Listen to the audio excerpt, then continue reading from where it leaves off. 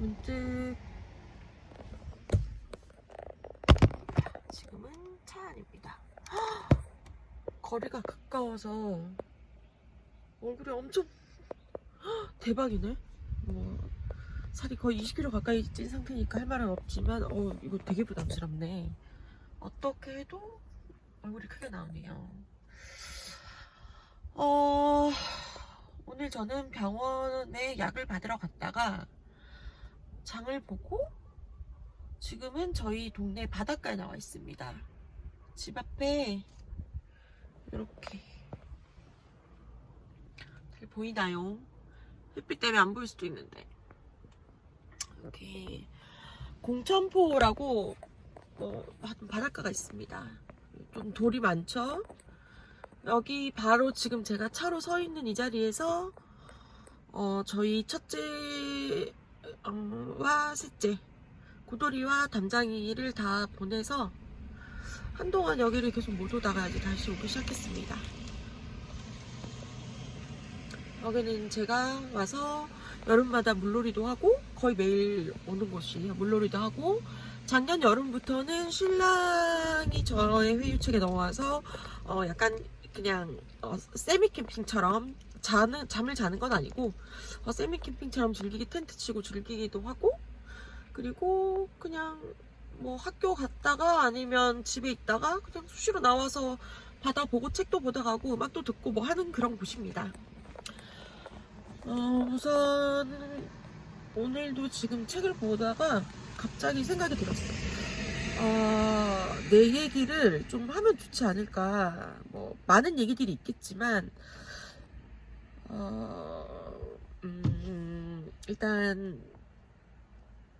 일단은 제가 아픈 거에 대해서 얘기를 한번 했으면 좋겠다는 생각이 들었고, 두 번째는 저희 뿌니들, 어르신들에 대해서, 고양이들에 대해서 얘기를 좀 해보면 좋겠다는 생각이 들었고, 세 번째는 아마 이제 제가 공부하는 데 대해서 더 전문성을 이제 제가 띄게 되면 거기에 대해서도 얘기를 하게 되지 않을까 싶긴 한데 아직은 때가 아닌 것 같고요. 지금까지는 제가 뭐 음식 리뷰나 아니면 저 그냥 걷고 여행하는 거 좋아해서 그런 것만 잔뜩 찍었는데 사실 거의 올리지도 않았어요. 뭐 낚시하고 이런 거, 회치고 이러는 거 진짜 몇 개밖에 안 올려가지고 게을러 터져가지고 제가 막 편집하고 이게 너무 귀찮아서 못 올렸는데, 아주 짧게 그냥 좀 나눠가지고 너무 길게 하지 않고, 제가 한번 또 터지면 또 말이 많아가지고 한번 얘기를 해볼까 싶습니다. 그 중에서 이제 오늘 얘기를 한번 해보고 싶다고 생각을 한 게 제가 아픈 거에 대해서, 그러니까 제가 우울증을 겪고 있는 우울증에 대해서 한번 얘기를 해봤으면 좋겠다는 생각을 했습니다. 대부분 뭐 검색을 해보면 별로 쓸만한 내용이 안 나와요, 사실. 그냥 거의 다 뭐 명상, 치유, 요가, 뭐 그런 이제 일반적인 얘기들이 나오죠. 아니면 의사들이 하는 얘기. 근데 저는 제 경험에 의한 얘기들을 하고 싶어서, 아마 우울증을 겪으면서 말을 못 하시는 분들도 많을 거고, 병원에 가지 못하시는 분들도 많을 거고, 아니면 치료를 받고 계시지만 쉽게 벗어나지 못하는 분들도 많을 거예요, 저처럼. 그래서 저는 제 얘기를 하면서 뭐 제가 일방적으로 어떤 정보를 전달한다기보다는 그냥 서로 공유를 좀 하면 어떨까. 그럼 저도 또 다른 이제 피드백을 받아서 뭐 좀 나아질 수도 있으니까 저는 일단 예전보다는 많이 나아진 상태라고 생각을 합니다.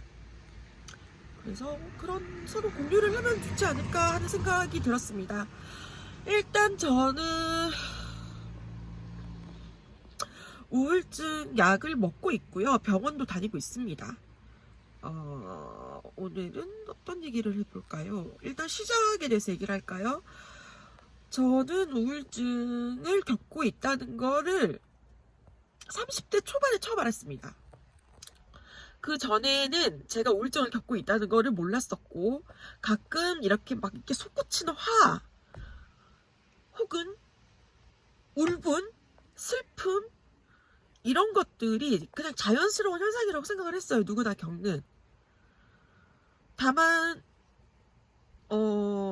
약간 이상하다 싶었던 거는 그냥 너무 아무렇지 않게 기분 좋게 있다가도 갑자기 제 어린 시절의 어떤 단면을 떠올리면 막 눈물이 쏟아지고 막 마음이 너무 안 좋아지는 그런 걸 이제 경험을 하면서, 그게 이제 대학교 때, 그러니까 20대 초반이죠.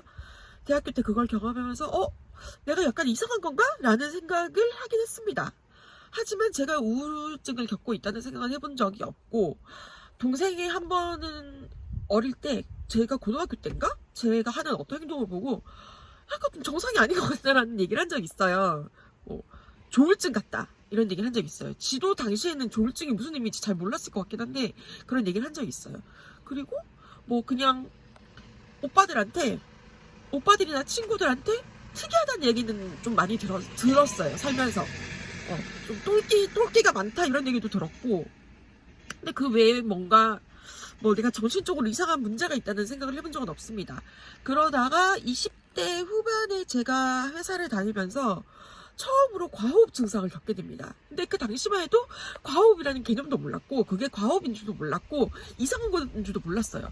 근데 이제 너무 힘이 드니까 병원에 갔어요. 그냥 회사 앞에 병원에 잠깐 이제 시간을 내서 가서 내과에 가서 그 얘기를 했더니 그 선생님도 좀 이상하시죠. 그러면 뭔가 다른 이렇게 대안을 말을 해주셨으면 됐는데 그냥 뭐 심전도 검사를 하고 뭐 혈압을 재고 뭐 그런 정도였어요. 근데 심전도가 약간 뭐 불안하게 나오긴 했었고, 혈압은 제가 원래 좀 저혈압인 편이었어서 혈압은 좀 낮게 나왔어요. 그래서 뭐 딱히 별 문제가 없다라고 결론을 내리고 계속 그냥 살았어요. 근데 30이 돼서 그 과호흡 증상이 더 심해지는 거예요. 그래도 저는 그게 뭐 문제가 된다는 생각을 못하고 계속 살다가 30대 초반에 굉장히 좀 힘든 시기를 겪게 됩니다. 사실 저는 제 인생에 제일 되게 힘들었던 시기에 29을 꼽아요. 9수를 제대로 겪었다고 할 만큼 회사에서도 너무 힘이 들었고 일도 너무 힘이 들었고 그냥 정신적으로도 힘이 들었고 되게 무서웠고 30이 되는 게. 근데 30대 초반에 또 회사가 너무 힘들었어요.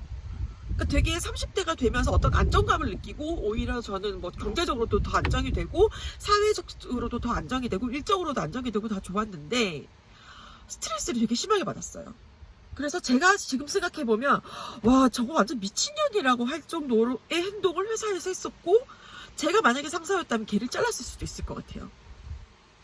근데 과호흡 증상뿐만이 아니라 그때는 어지럼증이 너무 심해져서 이렇게 길을 걷다 보면은 어떤 막 같은 비눗방울 같은 그런 막에 쌓여서 둥둥 떠다니는 기분이 들면서 굉장히 막 이렇게 멍해졌었고 정신을 못 차릴 정도로 그러니까 일상생활이 힘들 정도로 어지럼증이 심해졌었고, 회사가 끝나고 집에 들어오면 그때 제가 연남동에 살 때인데 현관문을 열면 바로 이제 애들이 안방에서 부엌 겸 거실이었어요. 거실이라는 게 없는 집이었어요. 바로 안방에서 제 발소리가 들리면 뛰쳐나와서 현관 앞에서 저를 이제 맞이를 해줄 때였거든요. 근데 그때는 현관문 열고 들어가면 항상 문희들 나왔어 이게 이제 루틴이었는데 한동안 그런 거 없이 꽤 오랫동안 현관문 열고 집에 들어가면 깜깜한데 집에 불도 안 켜고 그대로 그냥 현관에 주저앉아서 엉엉 울었어요. 대성통곡을 했어요. 매일매일 그러다가 어느 날은 도저히 더 이상 이렇게는 못 살겠다는 생각을 했어요. 더 이상 이렇게 못 살겠다. 못 해먹겠다. 힘들어서. 그만해야겠다. 라는 생각을 했어요. 그만해야겠다라는 의미가 그만 살아야겠다는 의미였어요. 근데 다행히 그때 제가 눈을 딱 고개를 딱 들었는데 제 앞에 저희 어르신 셋이서 오독하니 앉아서 저를 다 이렇게 올려다보고 있는 거예요. 그걸 보고 바로 정신을 번뜩 차리면서 내가 지금 무슨 생각을 한 거지? 얘네들을 놔두고? 내가 진짜 무슨 생각을 한 거지? 정신을 번쩍 차렸어요. 그리고 병원을 가야겠다는 생각을 그때 처음으로 했어요. 근데 그때는 정신과를 갈 생각은 못했었고 신경과를 갈 생각을 했었죠. 그래서 좀 어지럼증으로 유명한 서울의 거기가 어디였더라? 광화문도 더 위에였는데 독립문 쪽이었나? 하여튼 그쪽에 병원을 알아봤더니 좀 큰 병원이 있었어요. 그래서 거기 3층인가 4층에 신경외과가 있었는데 갔더니 전부 할아버지 할머니들이더라고요. 제가 제일 어렸어요. 거기 다니는 거의 1년 가까이 되는 시간 동안, 1년 넘었나? 근데 제가 제일 어렸었고, 거기에서 이제 막 온갖 검사를 다 받았어요. 이제 어지럼증이 일단 심했기 때문에 어지럼증에 관련된 검사도 받았고 막 다 이것저것 받았어요. 이비인후과도 알아봤었으나 이비인후과적인 문제는 아닐 것 같아 알아봤는데 이비인후과적인 문제는 아주 조금 나왔고요. 어지럼증 뇌적인 문제도 별로 안 나왔어요. 그래서 결국은 결론을 내린 게 뭐 동물들도 마찬가지고 사람도 마찬가지인데 결론을 못 내리면은 결국 뭐 스트레스 핑계를 대는 경우가 많은데 저도 이제 스트레스성 이제 그런 우울증 진단을 받았습니다. 그리고 약을 먹기 시작했어요. 그리고 그 병원을 다니면서 우울증 약을 먹기 시작을 했는데 결국은 정신과로 바꾸게 됩니다. 그 이유는 다른 것보다도 선생님들이 일단 너무 자주 바뀌어서 병원 일이 굉장히 힘들었는지 담당 선생님들이 계속 바뀌더라고요. 한 3개월에 한 번씩은 바뀌어서 계속 처음부터 제 증상을 다시 설명을 해야 되는 일이 되풀이되니까 저도 짜증이 났고, 다행히 저랑 굉장히 친한 언니가 조울증을 좀 심하게, 그 언니는 조울증이었어요. 공황장애랑 조울증을 심하게 앓고 있어서 그 언니의 추천으로 이제 홍대 쪽에 있는 이제 그 개인 병원으로 옮기게 됩니다. 다행히 집이 홍대 그 연남동이었기 때문에 다니기도 굉장히 좋았었고, 의사가 약을 함부로 쓰지 않고 너무 세게 쓰지도 않고 막 까탈스럽게 굴지도 않는다고 해서 다녔습니다. 이제 그게 제 정신과의 첫 기록이고, 우울증 약을 먹은 지는 이미 그때는 한 1, 2년 지났을 때였나? 그렇습니다. 그래서 오늘 제가 드리고 싶은 이제 중점적인 이야기는, 자신이 이상하다고 느낄 때 병원에 가는 걸 주저하지 말라는 겁니다. 저는 정신과는 정신병자들이 가는 데 아니야? 나 그런 데 가고 싶지 않아. 내가 정신병자가 된 것 같잖아. 라는 생각을 해본 적이 한 번도 없어요. 그래서 정신과를 안 갔던 것도 아니고, 그냥 제 병에 대해서 잘 몰랐기 때문에 정신과를 처음부터 선택을 하지 않았었고, 몇 년 동안 괜히 개고생을 했던 겁니다. 병원을 안 가면서. 진작에 갔으면 덜 힘들었을 텐데. 일단 과호흡 증상은 호흡이, 가슴이 답답해지면서, 가슴이 답답해져서 숨을 크게 이제 들이켜게 되잖아요. 이런 식으로 심호흡을 하게 됩니다.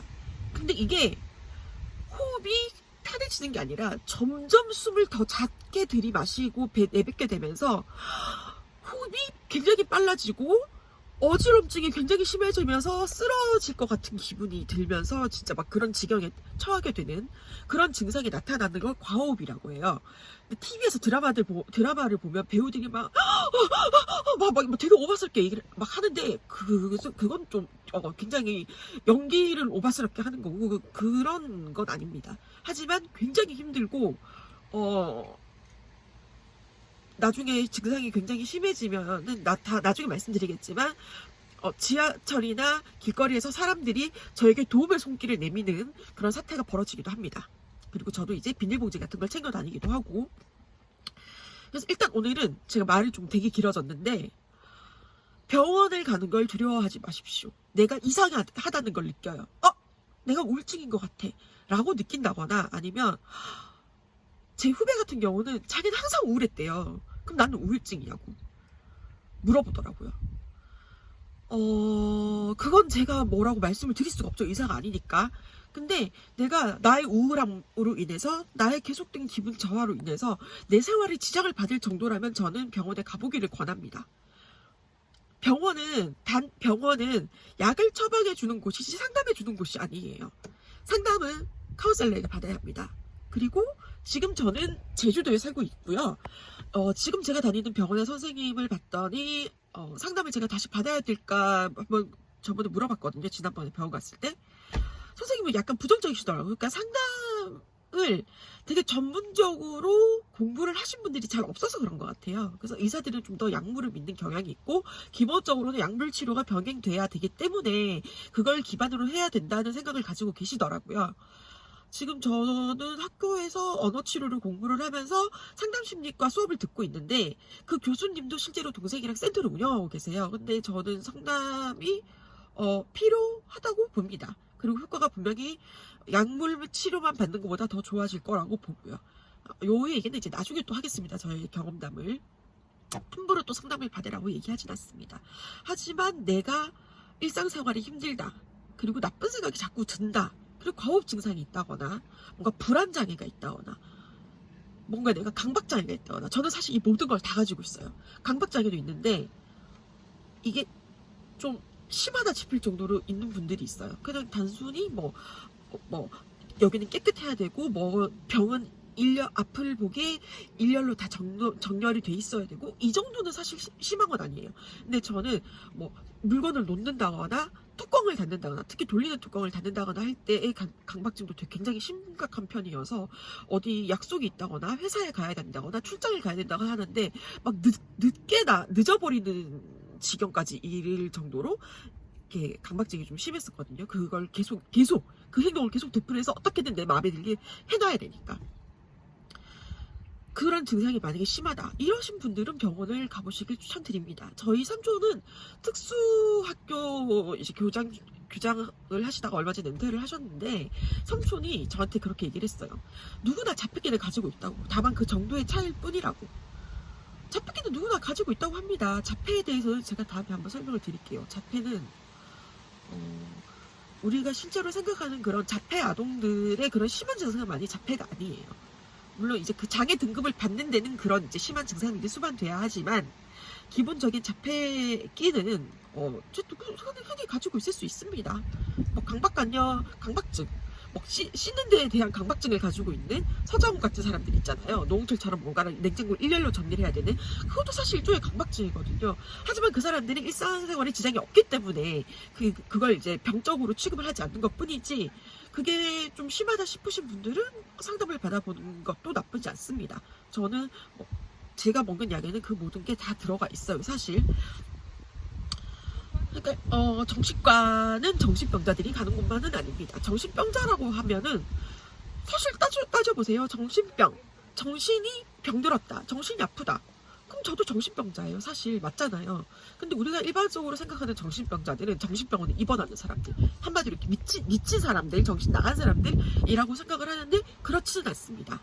그런 사람들은 진짜 요양을 필요로 하고 단순히 요양이 아니라 진짜 그런 집중치료, 뭐 병원에 가둬놓고 입원을 해서 누군가의 감시 하에 약물 치료와 막 이런 거를 뭐 프로그램도 받고 상담도 받고 이런 걸 병행해야 되는 사람들은 정신병원에 입원을 해야겠지만 그렇지 않은 경우도 많아요. 사실 저도 정신병원에 갈 뻔한 적이 있었습니다.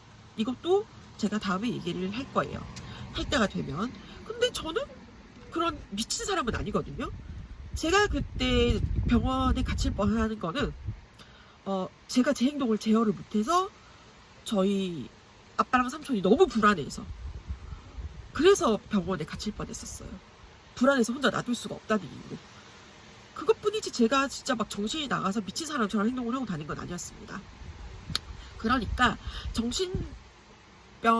정신병이라는 거에 대해서 나쁘게 생각을 하시지 않았으면 좋겠어요. 정신과에 사람들 굉장히 많습니다. 사실 서울에서는 잘 몰랐는데 제주도에 와서 정말 깜짝 놀랐어요. 제가 다니는 병원이 저는 서귀포에 살고 있어서 서귀포 시내에 있는 병원을 다니는데 거기가 유명하다는 얘기를 듣고 찾아가긴 했거든요. 근데 되게 놀랐어요. 제주도에 아픈 사람이 이렇게 많나라고 감탄할 정도로. 진짜 갈 때마다 사람이 되게 많아요. 어린애들도 많고 할머니 할아버지들 젊은 애들 뭐 학생들 중고등학생들 등등 연령층도 굉장히 다양하고요. 남녀노소 다 오고 많아요. 그 사람들이 다 이렇게 정신이 이렇게 막 이렇게 돌아버리고 미치고 나간 사람들은 아니잖아요. 그러니까 거기에 대한 편견은 가지지 않으셨으면 합니다. 그냥 내 마음이 힘들고 버티기 힘들다면 병원의 도움과 약물의 도움을 받는 것을 추천드립니다. 전혀 나쁜 일이 아니에요. 이 얘기는 아마 제가 앞으로도 계속 하게 될 것 같아요. 왜냐하면 거기에 대해서 부정적인 생각을 가지고 있는 분들이 굉장히 많기 때문에. 특히 아이들을 키우는 부모들의 경우 자신의 애들을 어떤 치료를, 언어 치료를 받게 한다거나 정신과적 치료를 받게 한다거나 이런 거에 대해서 부담을 가지고 부정적인 생각을 가지고 있는 분들이 굉장히 많더라고요. 지금 내가 비정상이란 얘기냐? 이러신 분들이 사실 되게 많더라고요. 아니에요. 그런 거 아니에요. 그리고 사실 따지고 보면 정상과 비정상의 경계가 어딥니까?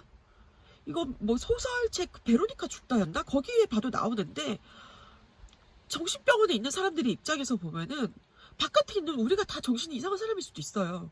그 기준은 정하기가 되게 모호합니다. 그러니까 부담 없이 필요하다 싶으면 시도, 처음에 도전해 보실 것을 저는 강력 추천드립니다.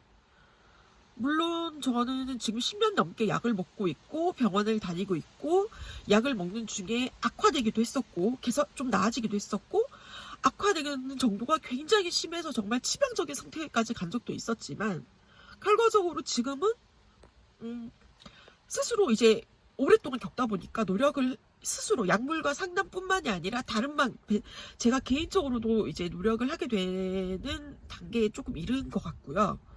좀 저에 대해서 생각을 요즘은 굉장히 많이 하고 있습니다. 그리고 오늘은 약을 좀 줄였어요. 수면제를 줄였습니다. 불면증도 있습니다. 불면증 굉장히 오래됐어요. 수면제를 좀 반으로 이제 줄여보려고 시도를 하려고요. 선생님이랑 얘기를 하고 왔습니다. 전에도 이렇게 줄인 적이 있었는데 다시 늘렸거든요. 그러니까 알 수는 없어요. 또 늘릴 수도 있는데 어쨌든 줄여보려고 이제 노력을 하는 게 중요하니까 결국은 다 목적은 내가 약물 치료를 하든 상담 치료를 하든 그걸 끊게 되는 게 목적인 거잖아요. 그걸 끊게 됨으로써 내가 정신이 더 건강한 상태로 잘 버틸 수 있게 된다면 그건 완전 굿이죠. 그게 베스트죠. 다들 그걸 목적으로 치료를 받고 계실 거라고 생각을 합니다. 혼자 힘들어하지 마시고 상담 받으시고 그리고 주변에 도움을 청하셔도 좋고요. 저는 제가 아픈 걸 숨기지 않습니다. 주변 사람들에게 일부러 떠벌리고 다니지도 않지만 숨기지도 않아요. 왜? 부끄러운 거 아니니까. 저는 부끄럽지 않아요. 당당합니다. 제 잘못은 아니니까요. 여튼 그렇습니다. 자, 오늘은 일단 용기를 드리는 것으로 시작을 해보겠습니다. 쓸데없이 말이 또 굉장히 길어졌는데 어쨌든 도움을 받으시는 데 있어서 주저하지 마시고 용기를 가지십시오. 그리고 내가 이 정도 가지고 병원을 가야 되나? 이건 누구나 겪는 거 아닌가? 싶어도 일단 가보세요. 내가 힘들면, 마음이 너무 힘들면 의사가 결정해 주겠죠. 그건 의사가 결정할 일이지 내가 결정할 몫이 아닙니다. 그럼 오늘은 여기까지. 다음에는 약 쓰는 거? 아니면 병원을 선택하는 방법? 뭐 그런 거에 대해서 조금 더 얘기를 해보겠습니다. 아니면 제가 겪고 있는 증상에 대해서 조금 얘기를 해볼 수도 있고요. 그럼 저는 음악을 들으며 책을 좀 더 읽다 가겠습니다. 오늘 저는 쌈디의 랩과 함께하고 있는데요. 우울증 약을 받으러 가는 사람이라고 누구도 생각하지 못할 만큼 거의 뭐 조증 약을 받으러 가는 사람이 아닌가 싶을 정도로 업돼서 병원에 다녀왔습니다. 그리고 이렇게 햇빛 때문에 잘 안 보인다 바다가 바다를 바라보며 책을 조금 더 읽다가 들어가겠습니다. 화이팅!